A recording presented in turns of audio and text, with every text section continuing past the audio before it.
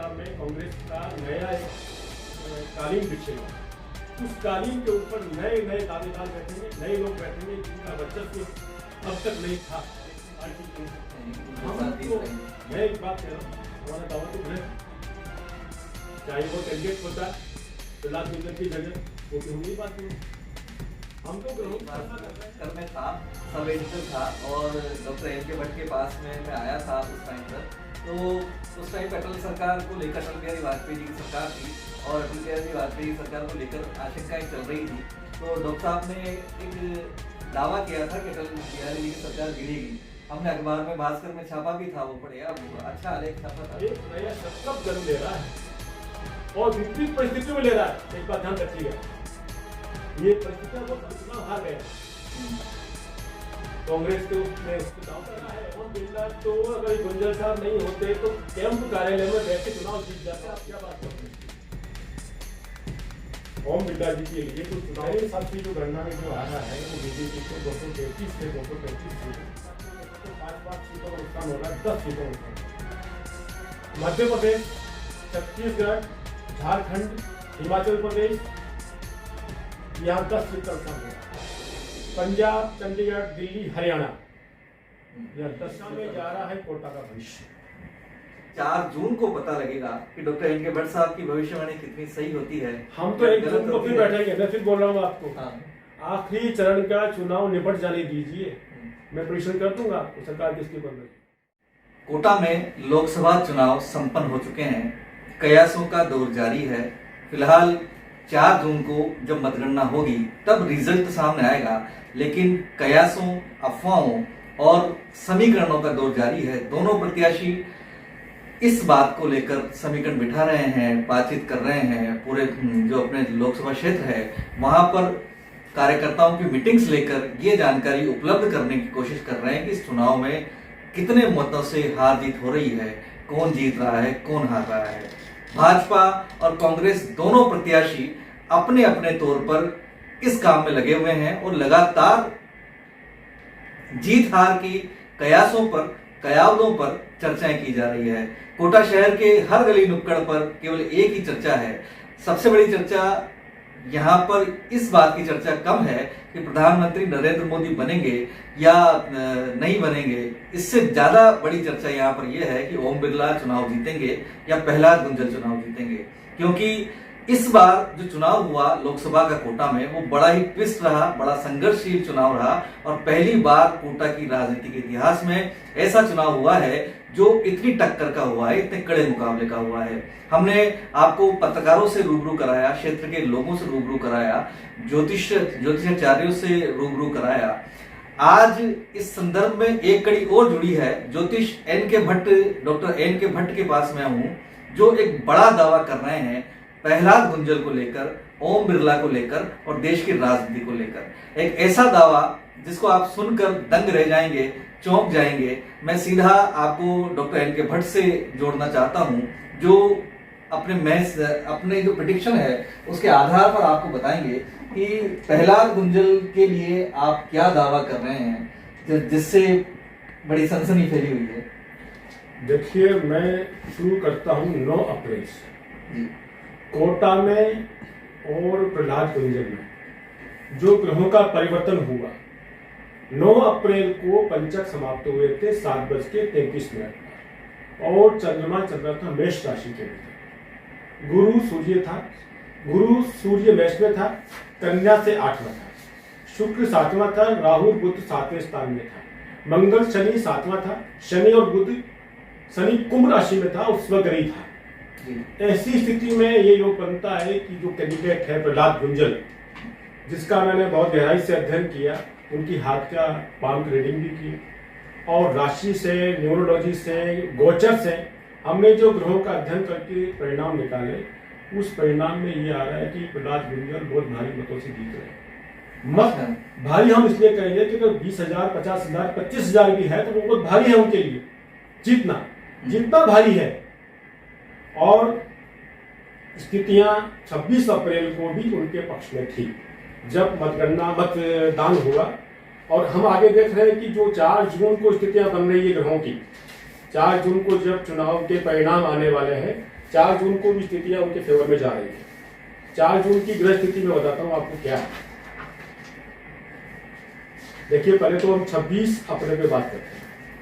26 अप्रैल को सबसे बड़ा पावर जो मिल रहा था प्रहलाद कुंजल को बृहस्पति से मिल रहा था। उस समय बृहस्पति का बल था 587.65।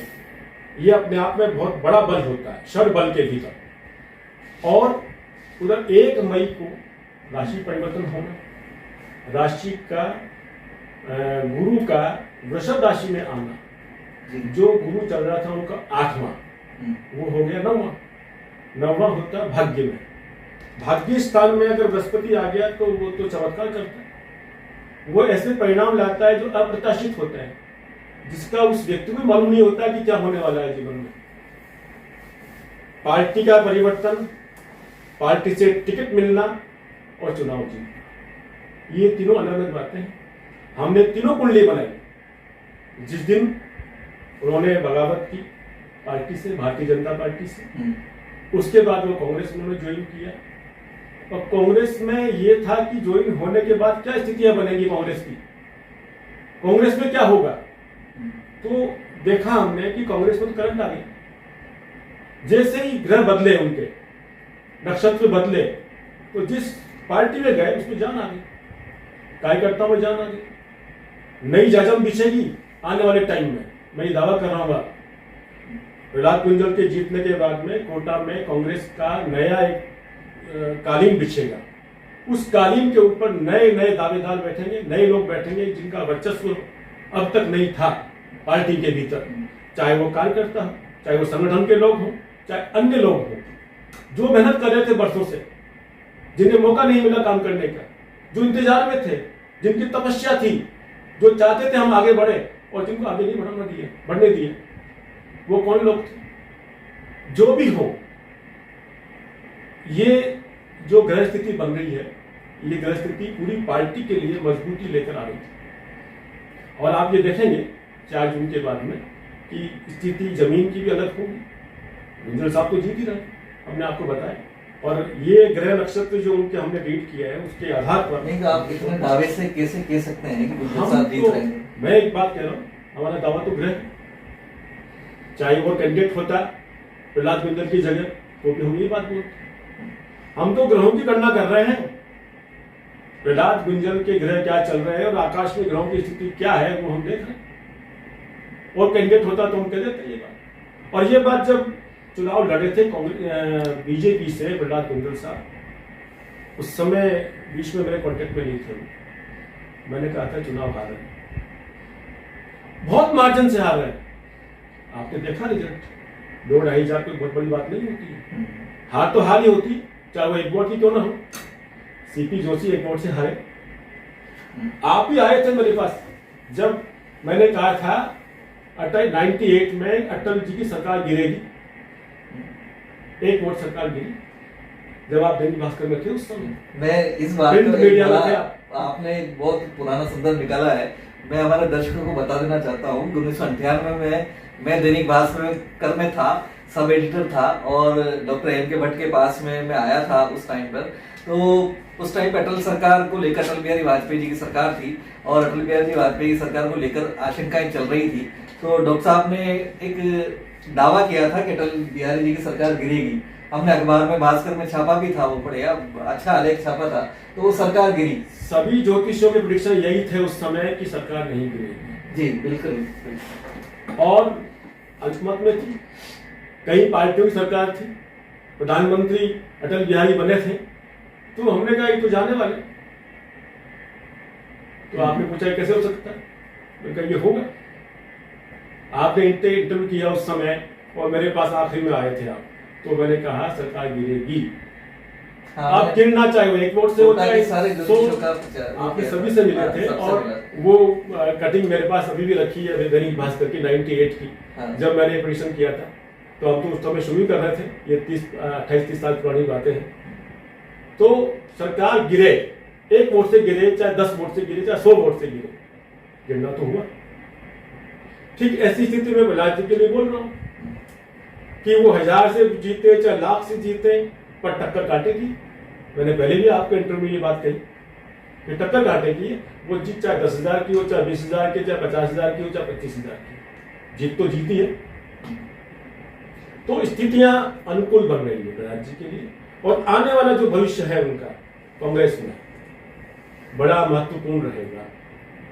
मैंने कहा ना, एक नए क्षत्रप का जन्म हुआ है कोटा में, जो कोई कल्पना नहीं कर सकता था, चाहे वो बीजेपी का व्यक्ति हो, चाहे कांग्रेस का व्यक्ति हो।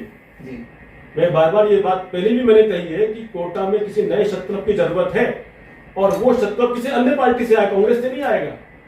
और जो दावेदार हैं अभी, जो बने बैठे हैं अभी, उनका तो एक समय है जो पूरा होने जा रहा है। कोई भी व्यक्ति हो, आज समय आता है उसका, एक पीक होता है उसका, नीचे भी आता है, शिखर आता है तो नीचे भी आता है। कांग्रेस के सारे नेता ढलान पे हैं।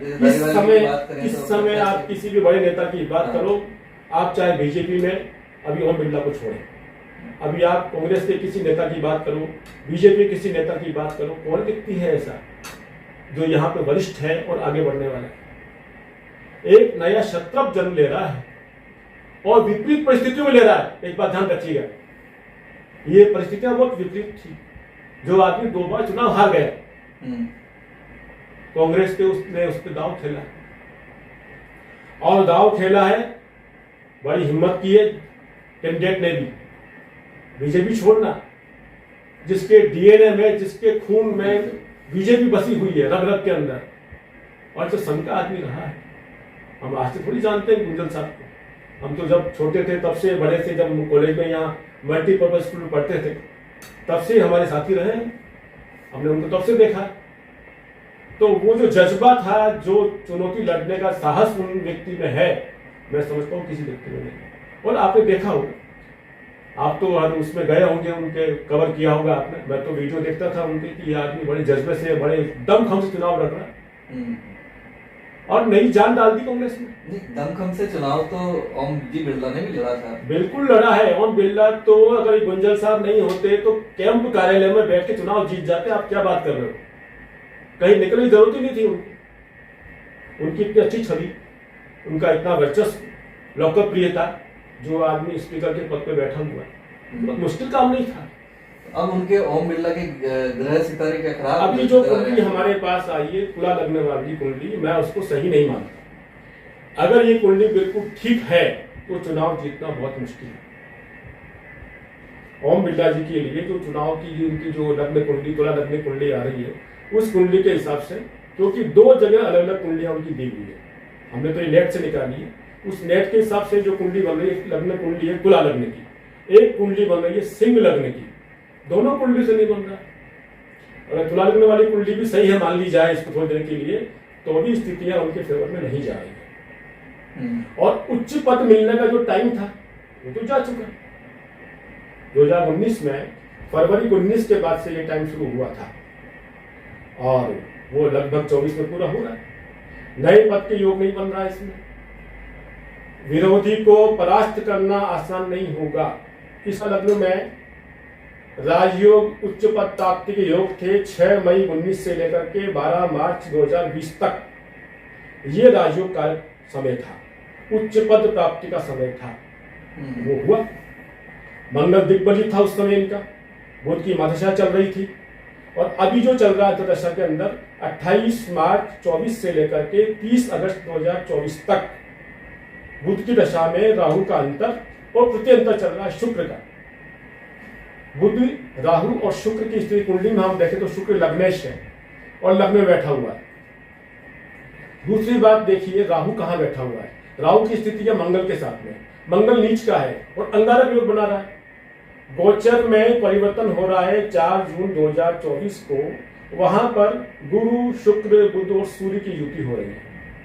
जब 4 जून को रिजल्ट आएंगे तब, मैं उस समय की बात कर रहा हूँ, ये कुंडली उस समय की बता रहा हूँ मैं आपको। उस समय 4 ग्रहों की चौकड़ी है लग्न में। कौन कौन से ग्रह है? गुरु है, शुक्र है, बुध है, सूर्य है। शुक्र बैठा हुआ यहाँ लग्न का स्वामी होकर लग्न में बैठा हुआ है। गुरु वृषभ राशि का है, शत्रु राशि में बैठा हुआ है। गुरु और शुक्र की जो युति होती है वो अच्छी नहीं मानी जाती है। एक दैत्य गुरु है, एक देव गुरु। कौन काम करेगा? और मैं पहले भी कहा कि गुरु, शुक्र और सूर्य ये 3 ग्रह ऐसे होते हैं जो आदमी को राजनीति में उच्च शिखर पर ले जाते हैं। अगर ये 3 ग्रह कमजोर है, तीनों में से एक भी कमजोर है, तो वो पद नहीं प्राप्त कर सकते। और गोचर में अभी की जो स्थिति बन रही है वो प्रहलाद गुंजर की फेवर में इसलिए बन रही है कि गुरु बदला, गुरु आया वृश्चिक राशि के भीतर और गुरु जो है इनको राजयोग दे रहा है। ये जन्म राशि से नहीं, मैं जो उनका बोलता नाम है कन्या राशि के आधार पर बात कर रहा हूँ। और जो हमने पाम का रीडिंग किया उसके आधार पर जो गणना की हमने, क्योंकि हम तो हाथ की रेखाओं से कुंडली बनाते हैं, उस कुंडली के आधार पर मैच करते हैं कि ये लग्न कुंडली उसी व्यक्ति की है या किसी और की है। कई बार हमारे पास ऐसी कुंडली आ जाती है। आपने प्रहलाद गुंजल जी की बिल्कुल बिल्कुल हाथ की रेखाओं का अध्ययन किया है बहुत देर तक बैठ करके। उसके बाद कुंडली का अध्ययन किया, कुंडली बनाई, लग्न बनाया, उसके बाद में कौन से माउंट उनके ऊपर उठे हुए थे, कौन से माउंट डाउन थे, उसी हिसाब से लग्न कुंडली बनाई, फिर प्रेडिक्शन किया। मेरा जो बेस है, आधार है, वो पाम। अच्छा। दूसरा आधार उनकी जो पॉपुलर नाम है प्रहलाद गुंजल, जिसकी राशि बनती कन्या, वो मेरा दूसरा आधार है। तीसरा आधार है मेरा गोचर। गोचर का मतलब होता है कि आकाश में ग्रहों की स्थिति क्या चल रही है, उस राशि के भीतर क्या परिवर्तन हो रहा है, वो गोचर बताता है। तो तीनों में अगर फेवरेबल स्थिति बन रही है तो हम कॉन्फिडेंटली कह सकते हैं कि व्यक्ति जीतेगा। संघर्ष कड़ा है, टकराव बड़ा है, और टक्कर किससे ले रहे हो, चुनौती बड़ी है, कोई आसान बात थोड़ी है। उस व्यक्ति चुनाव लड़ना जो जीतता जा रहा है, कभी हारा ही नहीं। बिरला जी कब हारे? बिरला जी कभी चुनाव नहीं हारे। बिरला जी कभी नहीं हारे, प्रहलाद गुंजल तो हार चुके। इस साल तो वो अपने शिखर पे थे, शिखर पे थे, पीक पे थे, पीक पे थे। सबसे बड़ी पंचायत का मुखिया, इससे बड़ा पद क्या होगा, उस पद पे बैठे। लेकिन मैंने एक बात कहता हूं कि कोई आदमी शिखर पे पहुंचता है तो नीचे भी आता है और उसके सितारे होते हैं। एक टाइम था जब वो बने स्पीकर, तो शायद उनको भी पता नहीं होगा कि मैं स्पीकर बन जाऊंगा। ये तो कल्पना, और कोटा के लोगों को पता नहीं था कि हमारा कैंडिडेट जिसको हमने जीता के संसद में भेजा है वो मुखिया बन जाएगा पंचायत का। वो हुआ, चमत्कार हुआ, ये चमत्कार हुआ। तो ये सब ग्रहों का, नक्षत्रों का खेल है। राजा को रंग बना देता है, रंग को राजा बना देता है। तो आपका कहना है कि ओम जी बिरला का डाउनफॉल है फिलहाल ग्रहों की? अभी जो ग्रहों की जो कुंडली मेरे पास आई है, तुला लग्न वाली कुंडली जो इंटरनेट पे भी दी हुई है और उनके लोगों से जो मुझे मिली है, मैं देखता हूं कि इस कुंडली के हिसाब से तो उनका भविष्य चुनाव के नतीजों के हिसाब से पक्ष में नहीं जा रहा। और प्रहलाद गुंजल के पूरे पक्ष में जा रहा। मैं पहले ही बोला टक्कर काटेगी, मैं बार बार एक ही बात बोल रहा हूँ, टक्कर काटेगी है। वो हजारों में हो सकती है, लाखों की बात तो छोड़, लाखों तक स्थिति नहीं पहुंच रही है। पर जो भी होगा फैसला बहुत बड़ा होगा और परिणाम चौंकाने वाले होंगे। नहीं, आप बोल रहे हो ना प्रहलाद गुंजल जीत रहे हैं चुनाव? बिल्कुल जीत रहे हैं, मैं ये बात तो बोल रहा हूँ, परिणाम चौंकाने वाले होंगे। अच्छा, तो फिर वो अब आगे की बात करता हूँ। अगर चुनाव जीत रहे हैं प्रहलाद गुंजल तो इनका भविष्य क्या होगा? इनका भविष्य, अगर ये संसद पहुंच जाते हैं, वैसे तो हमारे हिसाब से तो पहुंच रहे हैं, अगर इस संसद पहुंच रहे हैं और संसद में जाकर के कांग्रेस का प्रतिनिधित्व कर रहे हैं वहां पर, तो और भी बड़ा पद इनको मिलने वाला है, चाहे सरकार किसी की भी आए। हम उसकी भी बात करेंगे, सरकार क्या बन रही है, कैसी बन रही है, अल्पमत में आ रही है, बहुमत में आ रही है, त्रिशंकु बन रही है, या सपोर्ट लेके सरकार बनेगी। हम एक तो सीटों वाइज निकाल रखा है मैंने तो पूरा, कहाँ बीजेपी को नुकसान हो रहा है, कहाँ यूपीए को फायदा हो रहा है, कहाँ एनडी कमजोर पड़ रही है और कहाँ इंडी गठबंधन जो है मजबूत हो रहा है। हमने पूरा सीटों को निकाल रखा है, पूरा 100 सीटों का खेल है। ये चुनाव में जो हार जीत होगी संसद के भीतर 100 सीट प्लस माइनस होंगी किसी एक पार्टी की, चाहे वो अलायंस हो, चाहे सिंगल बीजेपी हो, चाहे कांग्रेस अकेली पार्टी हो या उसके अलायंस हो। 100 सीटों का ऊपर नीचे होना बहुत बड़ी बात है। तो आपका क्या मानना है, सरकार, मोदी सरकार? मैं उसी की बात करूंगा आपसे, मैं मोदी सरकार की बात अभी कह सकता हूं आपसे कि स्थितियां जो बन रही हैं, सीटों वाइज बात करूं, सीटों वाइज बात करें हम तो 4 जून को जो स्थितियां बन रही है ग्रहों की, उसमें बीजेपी एनडीए गठबंधन को सीटों का नुकसान हो रहा है। बीजेपी को 70 सीटों का लॉस है, बीजेपी को। यस, एनडीए गठबंधन को 35 सीटों का नुकसान हो रहा है। एनडीए गठबंधन, यस, इंडिया, इंडिया गठबंधन नहीं, एनडीए गठबंधन, एनडीए, हाँ, जो बीजेपी का अलायंस, बीजेपी का अलायंस। बीजेपी का अलायंस की बात कर रहा हूं मैं। और मेरे हिसाब से जो गणना में जो आ रहा है वो बीजेपी को 233 से 235 सीटें, 235 के आगे अगर और ऊपर जाते हम एनडीए के साथ में तो 278, 278 टू 88। तो फिर तो बहुमत मिल गया, 278 का तो बहुमत है। एनडीए, हाँ एनडीए, बीजेपी को कम हो रही है सीटें और अकेली बीजेपी 272 के नीचे जा रही है, 272, 272 के नीचे जा रही है। इसका आंकड़ा लगभग 268 के आसपास जाके छू रहा। तो फिर इस गणना के हिसाब से तो बीजेपी और उसका अलायंस सरकार बना रहा है। अगर अलायंस का सपोर्ट मिल रहा है, मैंने पहले भी कहा था बिना सपोर्ट के सरकार नहीं बनेगी। बाकी सीटें घट रही हैं, सीटें बढ़ने नहीं बीजेपी की। और कहाँ कितनी घट रही है मैं आपको बता देता हूँ। कर्नाटका में 10 सीटों का नुकसान है, जो अभी है, जितनी सीटें अभी है बीजेपी के पास में, उसमें से कम 10 सीट का लॉस हो रहा है। महाराष्ट्र में 20 सीट का नुकसान हो रहा है। राजस्थान प्लस गुजरात को मिला के देखें तो 5-5 सीटों का नुकसान हो रहा है, 10 सीटों का नुकसान हो रहा है। मध्य प्रदेश, छत्तीसगढ़, झारखंड, हिमाचल प्रदेश, यहां 10 सीट का नुकसान हो रहा है। पंजाब, चंडीगढ़, दिल्ली, हरियाणा, यहां 10 सीट का लॉस हो रहा है। यूपी में कम से कम 15 सीट का लॉस हो रहा है। बिहार में 15 सीट का नुकसान हो रहा है। Bengal, north east, Assam, Jammu Kashmir 10 seat का लॉस हो रहा है। तो मोटा 100 सीट का नुकसान हो रहा है। अच्छा, गणना की जाए तो लगभग 100 सीटें माइनस हो रही। अब बीजेपी को 303 थी अभी इस समय 303 है, 35 से 48 सीट का लॉस हो रहा है इस 303 में से। और एनडीए को 370 में से 35-40 सीटों का नुकसान हो रहा है। एनडीए का बताया था मैंने आपको 268 से 278 ये आंकड़ा जा रहा है। तो इस बार स्थितियां वही बन रही है कि बिना सपोर्ट के हो सकता है कई बार ऐसी स्थिति बन जाती है कि जो सपोर्ट करने वाले जो पार्टीज हैं वो बदल जाए। पूर्ण बहुमत में बीजेपी अकेली नहीं आने वाली। बीजेपी पूर्ण बहुमत में नहीं आएगी, लेकिन जो अलायंस है बीजेपी के, उसके हिसाब से आप बता रहे हैं कि 278 अलायंस मिलकर के, मैंने पहले भी कहा सपोर्ट के बिना काम नहीं चलेगा। तो मतलब कुल मिला के बीजेपी के ग्रहों में इतना दम नहीं है कि अकेले दम पर सरकार बना ले। मैंने पहले भी कहा था ये बात, बिना सपोर्ट के, बिना राजनीतिक दलों के साथ लिए, और कई बार ऐसे विपरीत राजनीतिक दल भी मिल जाएंगे जो इनकी विचार के मतभेद इनसे हों, उनको भी साथ लेना पड़ सकता है। तो क्या कांग्रेस के भी सरकार बनाने की संभावनाएं हैं इस बार? कांग्रेस की स्थिति पहले से बहुत अच्छी है। हम कांग्रेस की बात नहीं करें, हम तो इंडिया गठबंधन की बात करें। हाँ, जिनका अलायंस है उसकी बात करें, वो प्रोग्रेस पे है। इस बार सीटें बढ़ रही है। सरकार किसकी बनेगी? सरकार को मैंने कहा ना कि अभी इस समय तो बीजेपी की हम बात नहीं कर सकते। 4 चरण का चुनाव हो चुका है, 5वां चरण, छठा 5 चरण हो चुके हैं। 6ठा चरण पूरा जैसे ही होगा हम कह देंगे आपको सरकार किसकी बनेगी। चुनाव हो जाने दीजिए, 2 बाकी है। तो ज्योतिष का चुनाव से क्या लेना देना? ज्योतिष तो ग्रह रोज बदलते हैं ना, हम तो आंकलन करते हैं उस तारीख पे क्या हुआ जब वोटिंग हुआ। अभी जैसे हमने निकाला कि जिस दिन मतगणना होगी, या जब आदमी नामांकन भरने जा रहा है उस दिन स्थिति क्या थी ग्रहों की, जिस समय वोटिंग हुआ उस समय क्या स्थिति है।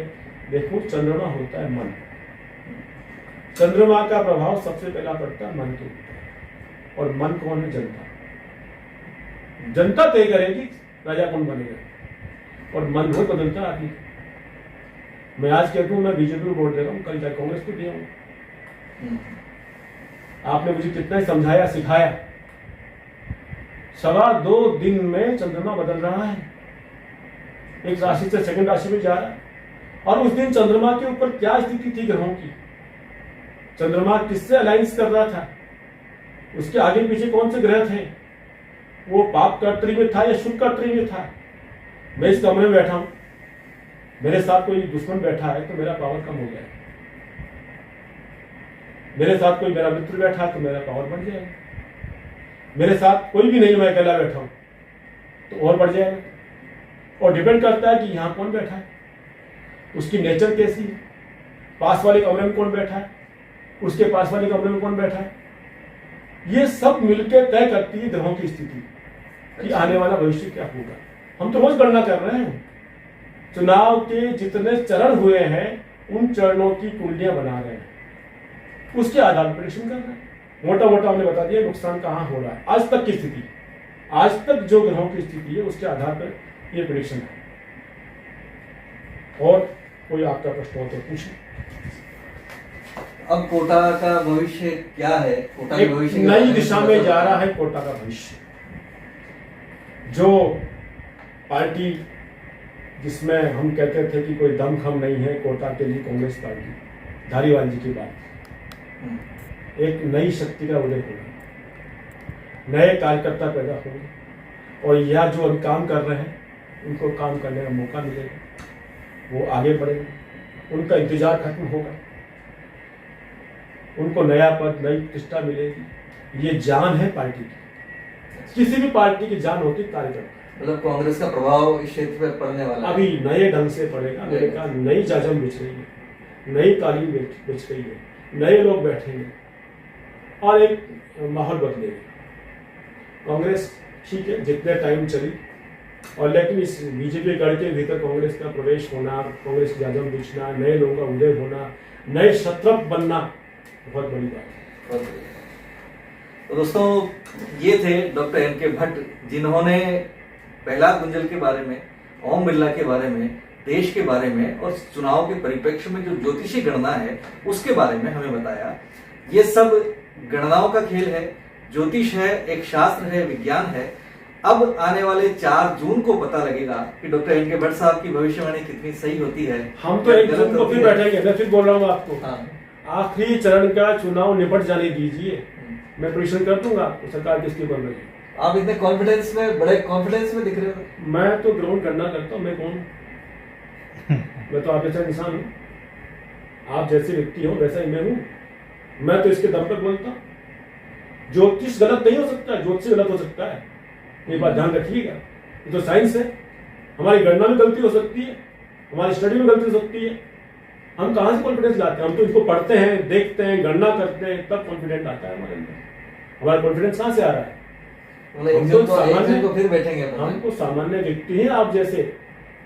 हम तो ये जो गणना करते हैं और हमारे जो खून में आया है 9 जनरेशन से, 300 वर्ष की परंपरा मेरे परिवार की रही है, उस विरासत को मैं आगे बढ़ा। जो पांडुलिपियां, एक पांडुलिपि ऐसी पांडुलिपि जिस पे आदमी, जिसको पढ़ो तो वो जो उसके जानकार लोग कहते हैं कि 4 लोग पीएचडी कर ले, उसमें इतना मटेरियल है ज्योतिष पर जो अप्रकाशित है, संस्कृत में है। ये ग्रंथों के आधार पर जो गणना करते हैं हम, तो वो किताबें जो बाजार में मिल रही है उनको नहीं पढ़ते हैं। हमारे तो जो खून में आया है, हमारी जो विरासत में मिला है, हमें परंपरा से मिला आ रहा है, 300 वर्षों की परंपरा है। तो गलती ज्योतिषी से हो सकती है, मैं फिर बोल रहा हूँ, ज्योतिष गलत नहीं होगा, ज्योतिष गलत नहीं हो सकता है, ज्योतिषी गलत हो सकता है। क्योंकि उसका प्रेडिक्शन, उसकी गणना, उसकी मेहनत, उसका डिवोशन कितना है डिपेंड करता है इस बात के। तो कोई दावा नहीं कर सकता कि मैं परफेक्ट ज्योतिषी हूं। अगर उसकी गणना सही है तो ज्योतिषी बना देता है उसको अपने आप, वो बन गया। कोई प्रेडिक्शन सही हुए, गणना सही है तो आप ज्योतिषी बन गए, नहीं गणना सही हुई तो गलत है, पिकारी ज्योतिषी। तो डॉक्टर साहब का कॉन्फिडेंस बड़ा जोरदार है। हम 1 जून को फिर मिलेंगे, आपको बताएंगे। 1 जून को मिलेंगे, 4 जून को मिलेंगे, 1 जून को ही मिलेंगे, 4 जून को ही मिलेंगे। इतना जबरदस्त कॉन्फिडेंस आपने पहली बार किसी ज्योतिषी का कोटा में देखा होगा और हम लोग प्रभावित हैं। फिलहाल जो चर्चा है उसका निष्कर्ष हमारा ये निकला है कि प्रहलाद गुंजल ज्योतिष के हिसाब से, डॉक्टर एन के भट्ट के हिसाब से जो इनका दावा है, वो हर हाल में चुनाव जीत रहे हैं। हमने तो आपको आधार बड़े मुकाम पर, आधार बताया, बड़े मुकाम पर पहुंचने वाले हैं। आधार मेरा क्या है? मेरा आधार एक तो उनकी राशि, जिस राशि के आधार पर वो पॉपुलर हैं, प्रहलाद गुंजल, कन्या राशि। कन्या राशि। और दूसरा आधार मेरा है गोचर, जो ग्रहों की स्थिति कन्या राशि में क्या बन रही है। और तीसरा आधार है जब वोटिंग हुआ उस समय ग्रहों की स्थिति कैंडिडेट के पक्ष में थी या नहीं थी। और चौथा आधार है जिस दिन वोट का रिजल्ट आएगा उस दिन उनकी मनोदशा क्या होगी, उनके चेहरे पर चमक होगी या चमक फीकी होगी। हाँ, तो बस वही सारी बातें आपको बताएंगे, लगातार बताएंगे। 1 जून को बताएंगे, डॉक्टर साहब कह रहे हैं 4 जून को ही बताएंगे। तो इस चुनाव का पूरा विश्लेषण ज्योतिष के नजरिए से आप देखते रहिएगा। पीटीवी हिंदुस्तान के लिए कोटा से प्रणय विजय।